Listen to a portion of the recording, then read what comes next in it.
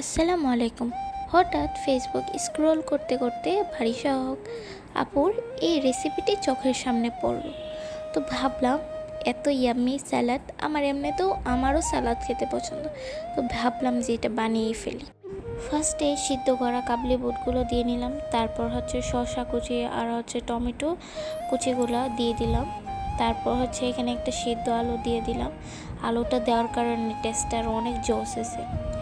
তারপর দিয়ে দিলাম একটু ধনিয়ার গুঁড়ো, তারপর একটু জিরার ফাঁকি একটু স্মেলটা আসার জন্য, তারপর চাট মশলা, তারপর খুব অল্প পরিমাণে চিলি ফ্লেক্স দিলাম, তারপরে একটা লেবু চিপে দিয়ে নিলাম, এরপর স্বাদ মতো লবণ দিয়ে নিলাম, তারপর টক দই দিলাম, তারপর কাঁচামরিচ দিয়ে নিলাম,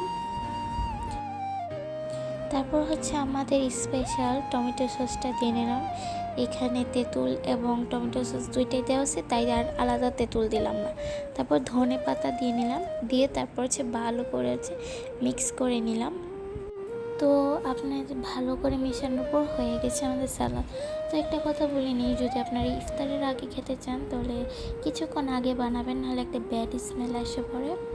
আর লবণটা অবশ্যই একটু পরে দিবেন খাবার আগে, আমি এখানে আপনাদের দেখানোর জন্য দিয়ে দিয়েছি। তো এটা খেতে খুবই ভালো এবং হেলদি, তো সবাই এটা ট্রাই করতে পারেন, অনেক ইয়াম্মি। সবাই ভালো থাকবেন, আল্লাহ হাফেজ।